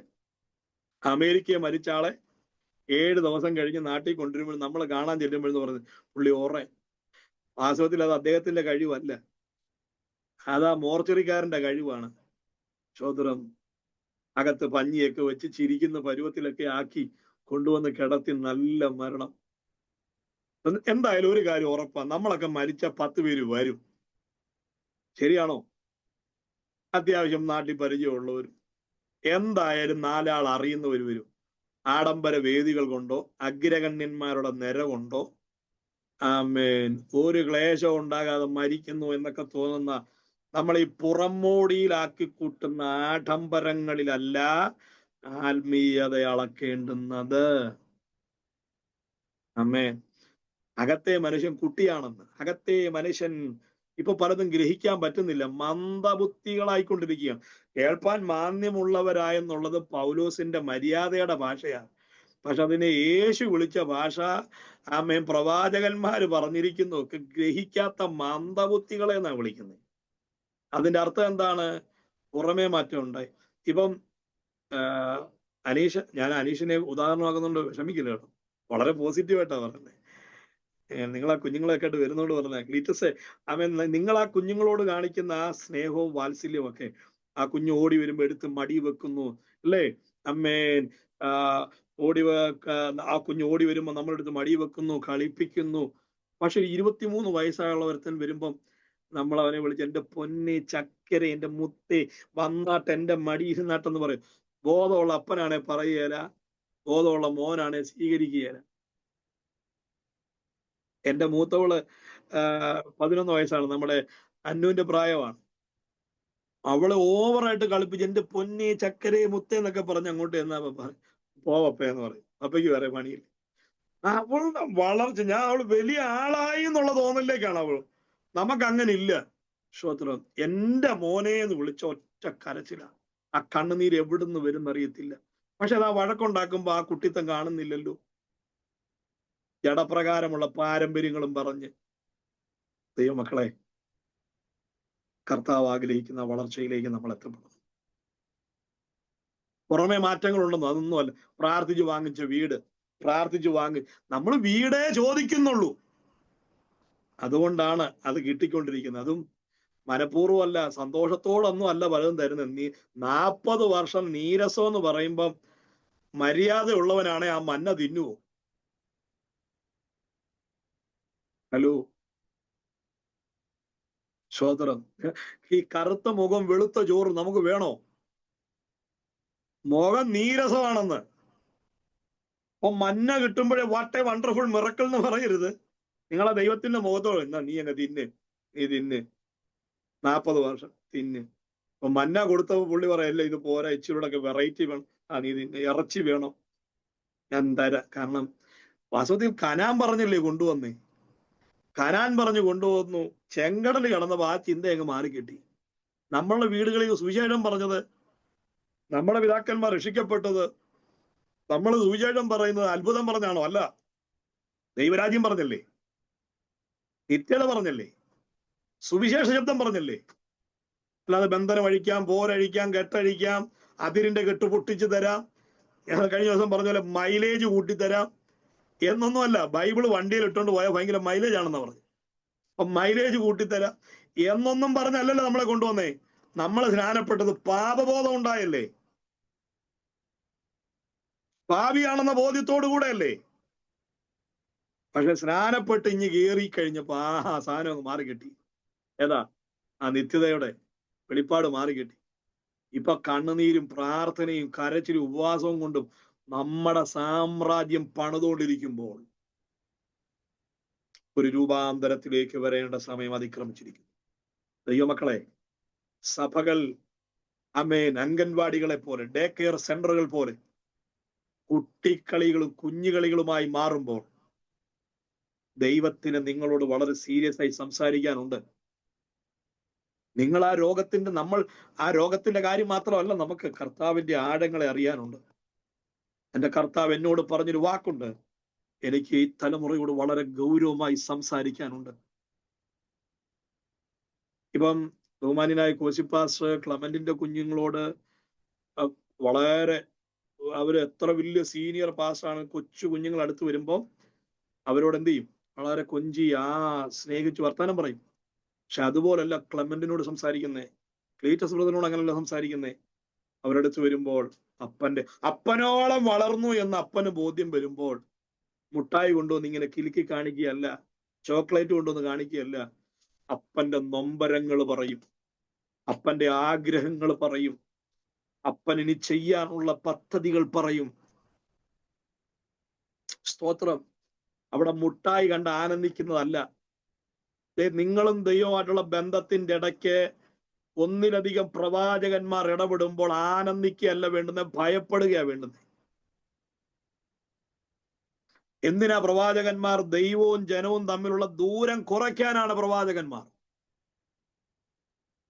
ഇപ്പൊ എന്റെ പപ്പ എന്നോട് പറയല്ലേ, നമ്മളെ പിതാക്കന്മാര് പറയാം, മോനെ ഇതിവിടെ വെച്ചിട്ടുണ്ട്, ഇന്നടത്ത് വെച്ചിട്ടുണ്ട്, ഇന്നടത്ത് വെച്ചിട്ടുണ്ടെന്ന് പറയുമ്പം ആദ്യം സന്തോഷിക്കും. അടുത്ത ദിവസം വേറൊരാൾ വന്ന് പറയാ, നിന്റെ പപ്പ ഇന്നടത്ത് ഇന്ന സാധനം വെച്ചിട്ടുണ്ട്, ഇന്നടത്ത് ഇന്ന സാധനം വെച്ചിട്ടുണ്ട്, സന്തോഷിക്കുക. നാട്ടുകാർ മൊത്തം വന്ന് പറയുമ്പോൾ നമ്മൾ ആനന്ദിക്കുക. അപ്പൊ നമ്മൾ സ്വാഭാവികമായി ചോദിക്കണം, ഒരേ വീട്ടിൽ താമസിക്കുന്ന അപ്പന് എന്നോട് നേരിട്ട് സംസാരിക്കാൻ പാകത്തിന് എന്തോ അത് കഴിയാത്ത വിധത്തിൽ എന്തോ ഒരു അകൽച്ച ഉണ്ടല്ലോ, അത് പണിയപ്പെടണം. ഒറ്റ വിഷയത്തിൽ 16 പ്രവാചകന്മാർ ഇടപെടുമ്പോൾ ആനന്ദിക്കുകയല്ല വേണ്ടുന്നേ. പാഷും കൂടെ ചേർത്ത് 4-ാമത്തെ ആളാ, വള്ളി പുള്ളി വ്യത്യാസമില്ലാതെ എന്നോട് പറയുന്നു പറഞ്ഞ ആനന്ദിക്കുകയല്ല വേണ്ടുന്നത്, ഭയപ്പെടണം. ആദ്യത്തെ വ്യക്തിയെ ഇടപെടുത്തിയിട്ട് അടുത്ത ഇത്ര പേര് വന്നിട്ടും, ആദ്യത്തെ വ്യക്തി ശേഷം അടുത്ത 16 പേര് വന്നിട്ടും നേരിട്ട് സംസാരിക്കാൻ പാകത്തിനായിട്ടില്ലല്ലോ. നമുക്കൊന്ന് അടുത്ത് വരേണ്ട അത്യാവശ്യമാണ്. ഒരു കാര്യം പറയാം, കളിപ്പാട്ടങ്ങളും കേവലം എന്താ പറയാ, ഈ മനസ്സിനെ സുഖിപ്പിക്കുന്ന ചെറിയ കാര്യങ്ങളിൽ മാത്രം തുടരുകയല്ല. നിങ്ങളോട് വളരെ വലിയ കാര്യങ്ങൾ ദൈവത്തിന് പറയാനുണ്ട്. ദൈവത്തിന് വലിയ കാര്യങ്ങൾ ആ കരങ്ങളിൽ ഏൽപ്പിക്കാനുണ്ട്. ആ ഹൃദയത്തോട് ചേർന്ന് ദൈവത്തിന് തന്റെ നൊമ്പരങ്ങൾ പറയാനുണ്ട്. ദൈവത്തിന് തന്റെ ഹിതമറിയിക്കാനുണ്ട്. മോശയോട് ദൈവം പറഞ്ഞു, മോശേ നീ ഇഞ്ഞ് കയറി വാ, അവർക്ക് ഇറച്ചി മതിയെന്ന്, അവർക്ക് ചെരുപ്പ് മതി, അവർക്ക് ഉടുപ്പ് മതി, നീ ഇഞ്ഞ് കയറി വാ, എനിക്ക് നിന്നോട് സംസാരിക്കാനുണ്ട്. വാശി പിടിച്ചവരും പിറുപിറുത്തവനെന്നും അവരും മന്നയ്ക്ക് വാശി പിടിച്ചു. പക്ഷെ അവരാരും കണ്ടിട്ടില്ലാത്തൊരു മഹത്വം മോശ കാണുകയാണ്. ദൈവമക്കളെ, ഒരുപടി ദൈവത്തോട് അടുത്തെല്ലാം കഴിയുമോ?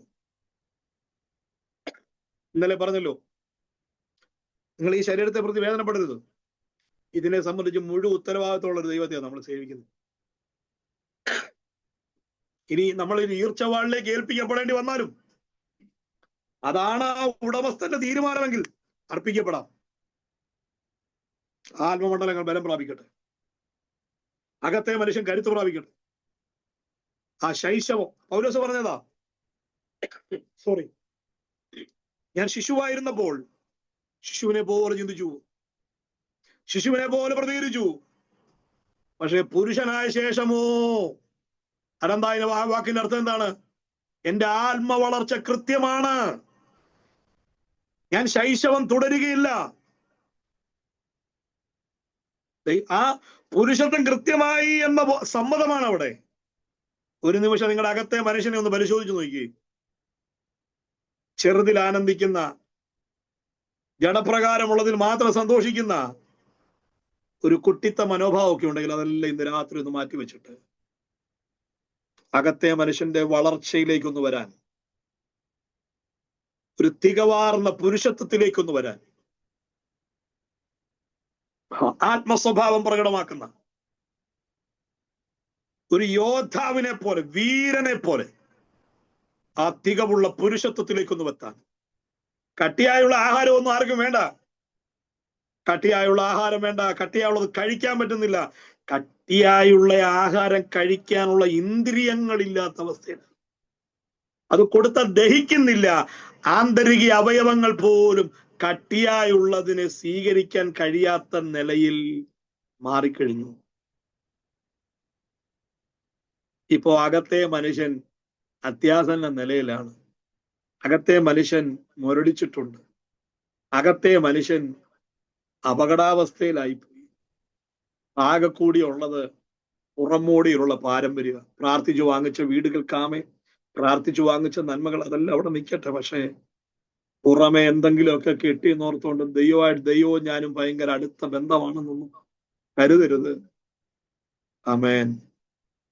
ചിലത് തരില്ല എന്ന് ദൈവം പറഞ്ഞാൽ ഓക്കെ കർത്താവ് എന്ന് പറയാനുള്ള, ഈ ശൂലം മാറുകയില്ലെന്ന് പറഞ്ഞാലും ഓക്കെ കർത്താവ് എന്ന് പറഞ്ഞ് അതിനോട് പ്രതികരിക്കാനുള്ള ഒരാത്മ വളർച്ചയിലേക്ക് എല്ലാ കണ്ണുകളും ദൈവസന്നിധിയിൽ നടയട്ടെ. അല്പനിമിഷം നിങ്ങൾ ഇരിക്കുന്ന ഇരിപ്പിടങ്ങളിൽ നിങ്ങളുടെ അധരങ്ങൾ തുറന്ന് ദൈവത്തോട് വെറും കേൾവിക്കാരല്ല. ഇവിടെയാണ് ആത്മ മനുഷ്യന്റെ ശാക്തീകരണം അനിവാര്യമായിരിക്കുന്നത്. ജഡപ്രകാരം എന്തെങ്കിലുമൊക്കെ വെട്ടി നേടിയിട്ട്, വെട്ടിപ്പിടിച്ചിട്ട് അകത്തെ മനുഷ്യൻ അപകടാവസ്ഥയിലാണെങ്കിൽ നമ്മുടെ ആത്മീയ യാത്ര വ്യർത്ഥമാണ്. പുറമെ ഒന്നും നേടിയില്ലെങ്കിലും സ്തോത്രം. വിടുതൽ കിട്ടിയാലും ആമേൻ, ഇല്ലെങ്കിലും ആമേൻ. അതിൽ പരിഭവങ്ങളില്ലാതെ ഇന്ന് രാത്രി ആത്മ മനുഷ്യനൊന്ന് ബലം പ്രാപിക്കാൻ, അകത്തെ മനുഷ്യൻ ബലം പ്രാപിക്കാൻ അവിടെ ഒരു ആത്മ സന്ദർശനം അനിവാര്യമാണ്. ബുദ്ധി കൊണ്ടോ ശക്തികൾ കൊണ്ടോ കുറെ ജഡപ്രകാരം കിട്ടുന്ന കുറെ കാര്യങ്ങളൊക്കെ പറഞ്ഞാൽ ആമേൻ ആത്മ മനുഷ്യൻ ബലപ്പെടുകയില്ല. അതിനനിവാര്യമായ വചനം കൊടുക്കണം, പ്രാർത്ഥന കൊടുക്കണം. തിരുവെഴുത്തുകളുടെ മായമില്ലാത്ത വചനത്തെ കട്ടിയായുള്ള ആഹാരം കൊടുക്കണം. പാലും ചില സഭകളിലോട്ടൊക്കെ ഒന്ന് കയറിയാലേ, എന്നെ നോക്കി, ചിലയിടത്തോട്ടൊക്കെ ചെന്നാലേ ഏതാണ്ട് ഐസ്ക്രീം പാർലറിൽ കയറിയ മൂടാണ്.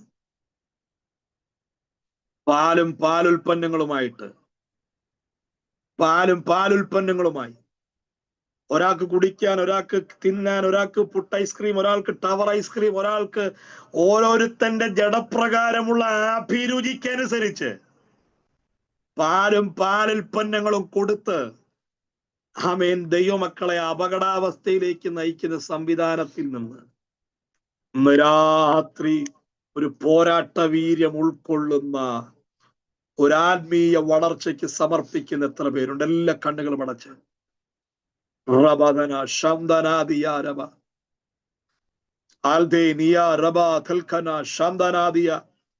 എല്ലാവരുടെ വായ്കൾ തുറന്ന് കർത്താവിന്റെ സന്നിധിയിൽ തികഞ്ഞ പുരുഷത്വത്തിന്റെ മാതൃക ക്രിസ്തു മാത്രമാണ്. ശൈശവ ശൈലികളെല്ലാം ഒന്ന് മാറ്റിവെച്ചിട്ട് ആത്മമനുഷ്യന്റെ വളർച്ച, ആത്മമനുഷ്യന്റെ രൂപം സൃഷ്ടിച്ചവന്റെ പ്രതിമപ്രകാരമാകണം. വിരൂപമായി വൈകല്യമുള്ള, മുടന്തുള്ള, ബലഹീനതയുള്ള ഒരാൾ രൂപമായി മാറാതെ അകത്തെ മനുഷ്യൻ സൃഷ്ടിച്ചവന്റെ രൂപത്തിലേക്കൊന്ന് വരേണ്ടതിന് അവിടെ എന്തൊക്കെ ഞാൻ നടപടിയെടുക്കണം, എന്തൊക്കെ ദൈവമക്കൾ നടപടിയെടുക്കണം, എന്തൊക്കെ ഉപേക്ഷിക്കണം, എന്തൊക്കെ സ്വീകരിക്കണം, ഏതിൽ വിട്ടുവീഴ്ചയില്ലാത്ത നടപടികൾ സ്വീകരിക്കണം, അതിനുവേണ്ടി എന്നെ ഒന്ന് മുറിക്കണമേ, എന്നെ ഒന്ന് പണിയണമേ എന്ന് പ്രാർത്ഥിക്കുന്ന എത്ര പേരുണ്ട്? പുറമേയുള്ള പാരമ്പര്യങ്ങളും ഇമേജും ഒന്നും ഇവിടെ വിഷയമല്ല. നിങ്ങൾ ആരാണെങ്കിലും ദൈവത്തിനത് വിഷയമല്ല. ദൈവം നമുക്ക് ഈ ഭൂമിയിൽ ജീവിക്കാൻ നൽകിയ ഉപജീവന മാർഗത്തിന്റെ ഭാഗമായി ചിലപ്പോൾ ഉന്നതമായ ജോലി സ്ഥാനങ്ങൾ കൈകാര്യം ചെയ്യുന്ന വ്യക്തിയായിരിക്കാം, ഡോക്ടറായിരിക്കാം, എഞ്ചിനീയർ ആയിരിക്കാം, അധ്യാപകനായിരിക്കാം, അഡ്വക്കേറ്റ് ആയിരിക്കാം, പ്രസിഡന്റ് ആയിരിക്കാം, സെക്രട്ടറി ആയിരിക്കാം, ആരുമായിക്കൊള്ളട്ടെ, ജഡപ്രകാരമുള്ള കാര്യങ്ങളിൽ ആനന്ദിക്കാതെ ആത്മവളർച്ചയിലേക്കൊന്ന് തിരിഞ്ഞു നോക്കാം. യേശുവെ പോലെ ആകുവാൻ യേശുവിൻ വാക്കു കാക്കുവാൻ യേശുവെ പോലെ ആകുവാൻ യേശുവിൻ വാക്കു കാക്കുവാൻ യേശുവെ നോക്കി ജീവിപ്പാൻ ഇവയെ കാക്ഷിക്കുന്നു ഞാൻ. യേശുവെ നോക്കി ജീവിപ്പാൻ ഇവയെ കാക്ഷിക്കുന്നു ഞാൻ. ഉറപ്പിക്കെന്നെ എന്നാദ നിറയ്ക്ക എന്നെ ശുദ്ധാത്മാ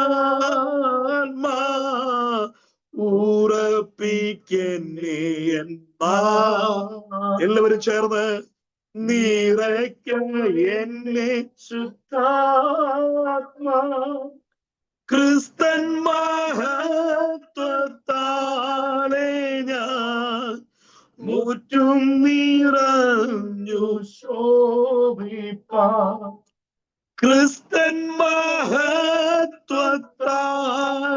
ഞാൻ മുറ്റും നിറഞ്ഞു ശോഭിപ്പാൻ. ഓ ശൈശവ പ്രായ വീഴ്ചകൾ മോശയാലുള്ള താഴ്ചകൾ ശൈശവ പ്രായ വീഴ്ചകൾ മോശയാലുള്ള താഴ്ചകൾ നീക്കുകയെല്ലാം നായക ഏകുക സമ്പൂർണത നീക്കുകയെല്ലാം നായക ഏകുക സമ്പൂർണത ഉറപ്പിക്കെന്നെ. കരങ്ങൾ സ്വർഗത്തിലേക്ക് ഉയർത്തി പിടിച്ച് നിറയ്ക്കായി എന്നെ ശുദ്ധാത്മാ ഉറപ്പിക്കെന്നെ എന്നാദാ നിറയ്ക്ക എന്നെ ശുദ്ധാത്മാ ക്രിസ്തൻ മഹത്വത്താലെ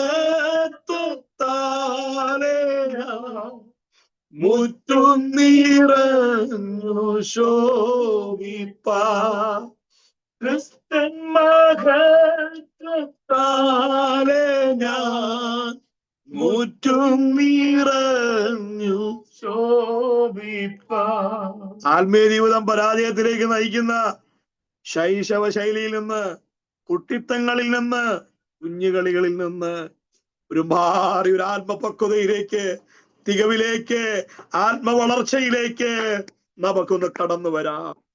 സ്വയം കൊണ്ട് ആ നിറവേറ്റെടുക്കാൻ കഴിയില്ല. അവിടെ ആത്മസ്പർശനം കൂടിയേ മതിയാകുകയുള്ളൂ. ജഡം കൊണ്ടോ പരിചയം കൊണ്ടോ പാരമ്പര്യം കൊണ്ടോ ആ വളർച്ച സാധ്യമാകുകയില്ല. അവന്റെ ആത്മാവിനാൽ മാത്രമേ അകത്തെ മനുഷ്യൻ ശക്തി പ്രാപിക്കുകയുള്ളൂ. വിട്ടുവീഴ്ചയില്ലാത്തൊരു ആത്മീയ ഇടപെടലിന്, ആത്മനിയന്ത്രണത്തിന്, ആത്മനിറവിന് ഇന്ന് രാത്രി നമ്മളെ സമർപ്പിക്കാം, വചനത്തിന് മുമ്പിൽ ഏൽപ്പിക്കാം. ഈ വചനങ്ങളാൽ ദൈവം നമ്മെ അനുഗ്രഹിക്കട്ടെ.